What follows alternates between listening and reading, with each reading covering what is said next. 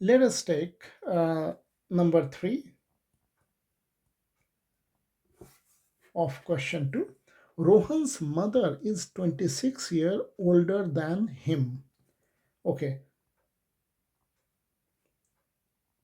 let us represent Rohan's age by R and Rohan's mother is as M. Okay, so Rohan's mother is 26 years older than him. So M, Rohan's mother is Rohan plus 26 years. Okay, the product of their ages 3 years from now will be 360. Okay, now what will be their ages after 3 years? After 3 years, mother's age will be M plus 3 and Rohan's age will also be R plus 3, isn't it? Because 3 years have passed. So the product of these two is 360. We would like to find Rohan's present age. Okay, so now we just need to convert it into quadratic equation. We need not solve it. Okay, so what you do, we need to find Rohan's age. So just try to eliminate mother's age. We know that mother's age is equal to R plus 26. So this M we will replace by R plus 26 and then plus 3 is equal to 360. Yeah, so that is the thing. This is how we will do R plus 3 and then R plus 29 is equal to 360 degree. And we can also simplify it a little bit. R square plus 3R plus 29R plus 3 into 29. I will not multiply it. You can do that. Okay, so the quadratic equation is these two put together is 32R plus C is 3 times 29 plus 360. Okay, so this so in this way we have just expressed it in terms of quadratic equation. The coefficient of R square is 1. Coefficient of R is B and this is C. Whatever is it, you can just multiply and then add it to this and then it will give you C. So we have expressed it in terms of quadratic equation. Now we will try to learn about roots of quadratic equation. Now what is root of quadratic equation? Let us see that what it means. So this is a quadratic equation, a general form. Okay, so ax square plus bx plus c is equal to 0. What does it mean? It means that there are values of a, b, c and x such that if we evaluate the expression ax squared plus bx plus c, it will be 0. Okay, this is what it means. And here we have already told that a is constant, b is constant, c is constant, and in a way x is the kind of root of equation or solution of equation. Okay, x is a variable and a, b, c are constant. Okay, so let us take one example for finding the quadratic equation or the roots of the quadratic equation. Here it's example 3. I will write it down. 2x squared minus 5x plus 3 is equal to 0. And we need to find the roots of this quadratic equation. means the values of x for which this expression becomes 0. Okay, how to do that? um, till now we don't know the formula for the roots, so we will just try to use the factorization. Okay, there are two ways. Factorization is a kind of common sense. Okay, so in that common sense, what we do, we multiply these two first. So 2x squared multiplied by 3, that is 6x squared, and then you just try to split it into two factors. Okay, just two factors. For example, 3x into 2x, which when added together gives minus 5x. But here it will give plus 5x, isn't it? Plus 3x and then plus 2x will give us plus 5x. But we need minus 5x, isn't it? What is the solution? Instead of 3x multiplied by 2x, which gives us this one, or 6x squared, we can also put minus 3x and minus 2x as factor. Okay, so then what will happen? Minus 3x and then minus 2x will give us minus 5x also, and then when multiplied together will give us plus 6 square x square also. Okay, so let us split that in this equation, or 2x square, and in terms of minus 5x we can write minus 3x minus 2x and then plus 3 is equal to 0. Okay, what will be the advantage of doing that? Let us it will be very, very clear. So here x is common, so 2x minus 3, and here if we take minus 1 common, then this will also become 2x minus 3. So we just look at it little carefully, you will find out. And here now again you see minus 2x minus 3 and 2x minus 3 are also common.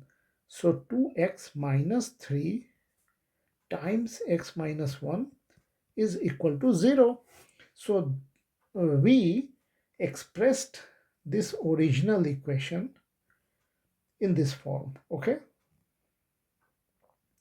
and then this is very, very important. You see, whenever two numbers are multiplied together and they are 0, it means either this is 0 or this is 0, isn't it? Let me give you example. If you multiply 0 by 3, it will give you 0. If you multiply minus 4 by 0, it will give you 0. Okay, so in order to get 0 as a result of multiplying two numbers, at least one of the number need to be 0. Okay, so then either this is 0 or this has to be 0. Okay, so when this is 0, then x is equal to plus 1, and when this is 0, then x is equal to 3 by 2. So these two are the solution or root of this quadratic equation. Okay,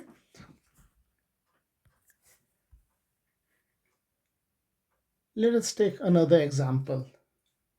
Example 4.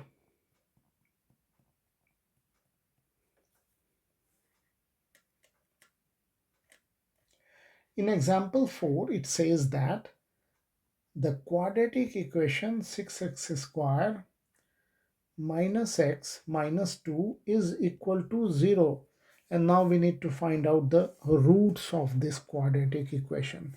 Okay, no problem. We will again just try to multiply these two things. So 6 square x squared times minus 2, that will give us minus 12x squared, and then we need to split this in such a way that when plussed together it will give minus x, and then there is a way of doing that. You see, it could be factorized in many ways, like you can also say 2x multiplied by 6x, but that will not be used.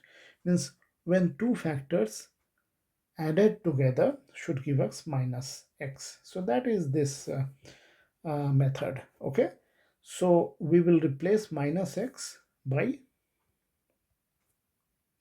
this one. How? 6x square, and in place of minus x we will write minus 4x plus 3x, and then minus 2 is equal to 0. Okay, let us try to take something common here. I think 2x is common, so this gives us 3x minus 2. Okay, here we have taken 2x common from this fact, and then here just 1. Okay, and again we see these two are common. So again we can take 3x minus 2 common, then what will be left? 2x plus 1 is equal to 0. So again in this example also we have converted this equation in the form of this equation. Again we can say that either this part is 0, either this is 0, or this is 0, isn't it? So when this is 0, then x will be equal to 2 by 3, and when this is 0, then x will be equal to minus 1 by 2, and these are roots of the quadratic equation. Okay, let us take one or two questions from exercise 4.2 of chapter 4, which is quadratic equations. Okay, so I think I have explained one or two questions before also, so I will just take one or two questions. Okay, so let me take question number 5. It says that it is talking about a right angle triangle, perhaps, isn't it? So it says the altitude of a right angle is 7 centimeter less than its base. Okay, so let us assume that I think this is altitude, means maybe height. Altitude is nothing but height. So this is and this is obviously base B.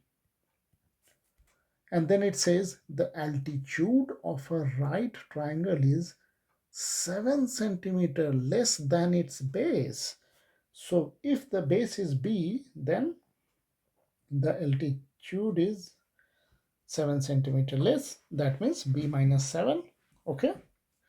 If the hypotenuse is 13, okay, so hypotenuse is this one, 13, then find the other two sides. Means we need to find the value of B and value of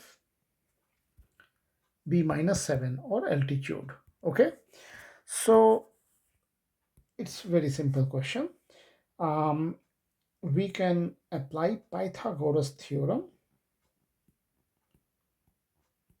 Pythagoras theorem, which states that for any right angle triangle, if we take square of altitude and base, it will be equal to hypotenuse square. You remember that? Okay, so now let us try to simplify it. B minus 7 whole square will be b squared minus 14b plus 49, and then this is b square and this is 169, isn't it? Or let us club this together, 2 times b square, and then this is minus 14b, and then 49, and then bring it this side, minus 169 is equal to 0. Or 2b square minus 14b, and then what this will be, minus 120, I think, isn't it? Yeah, minus 120. Then you can see that you can put 2 common, or take 2 common, so that it becomes a little easier or smaller number. And then in a way you can say that, okay, divide both sides by 2, then 2 will be gone. So we are left with quadratic equation of b square minus 7b minus 60 is equal to 0. Okay, now what we will do, again we will just try to use factorization. We will multiply this and this, so minus 60 b square, and then try to factorize it. First factor which is coming into my mind, we need to do a hit and trial. So we need to get minus 7b. So if I do 3 plus 3b multiplied by minus 20b, is it okay? But then plus 3b minus 20b will be minus 17b. We just need minus 7b, isn't it? So this will not work out. So let us transfer 2 from here to here. Okay, 2 means this is let us make it 6b multiplied by minus 10b. Will it work? No, because plus 6b and then minus 10b will be minus 4b, but we need minus 7b. Okay, again put 2 factor from here to here. It will be 12b minus 5b. That may work, isn't it? The only thing is that we need to put minus 12b into plus 5b. We need to do little bit of adjustments. This will work, isn't it? Minus 12b plus 5b will be minus 7b, isn't it? So this is what need to be done. So you saw you need to do little bit of hit and trial here. Okay, or from here we can take b common, b minus 12 plus we can take 5 common from here, here also b minus 12 is equal to 0, or b plus 5 times b minus 12 is equal to 0. Okay, yeah, so or b plus 5, either this is 0 or b minus 12 is 0. But if this is 0, then b will be in minus, and the side of any triangle could not be in minus, isn't it? So that's why we will reject this solution, and then we are only left with this. So b minus 12 is equal to 0, so b is equal to 12. Okay, and then when b is 12, then what is the altitude? Altitude is b minus 7. That is, we can also write it here, altitude or height. is equal to 5. Okay, so 5 centimeter and base is 5. So this is the solution. So other two sides of the triangle is 12 centimeter is base and 5 centimeter is altitude. Let us take one more question, the last question, question 6. Okay, so in question 6 it says that a cottage industry produces a certain number of pottery article in a day. Let P be the number of pottery article produced in one day. Okay, it was observed on a particular day that the cost of production of each article, cost of production, let us assume it to be C, cost of production of one article means anything, okay, toy or anything. So cost of production of each article was 3 more than twice the number of article produced. Okay, so cost of article was 3 more than 3 more than twice the number of produced article. So number of produced article is P, we have already assumed, and then the cost of production of each article is 3 plus 2P. And it says that the total cost of production on that day was 90.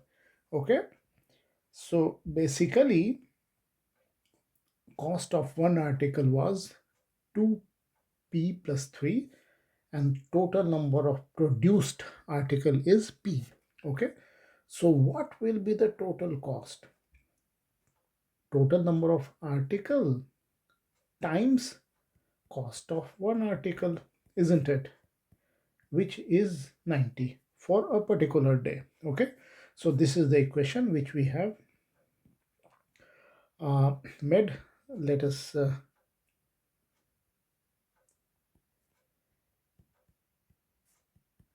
put it like this. Let us rearrange it a little bit so that it looks more like a quadratic equation. Okay, so this is the quadratic equation which we have formed. Now how to solve it? Again we will use the same method. These two multiplied together is 2 times 90. We can write maybe 9 into 10 p square. So in two factors, if we put 18 and 10, 18 minus 10 is not 3, we need 3. So maybe 2 into 3 into 3 into 2 into 5. This is 10, this is 9, this is 2. Okay, so how can we arrange it in such a manner that the difference is 3? Let us try to look at it from some other angle. 15, yes, I found out. 15p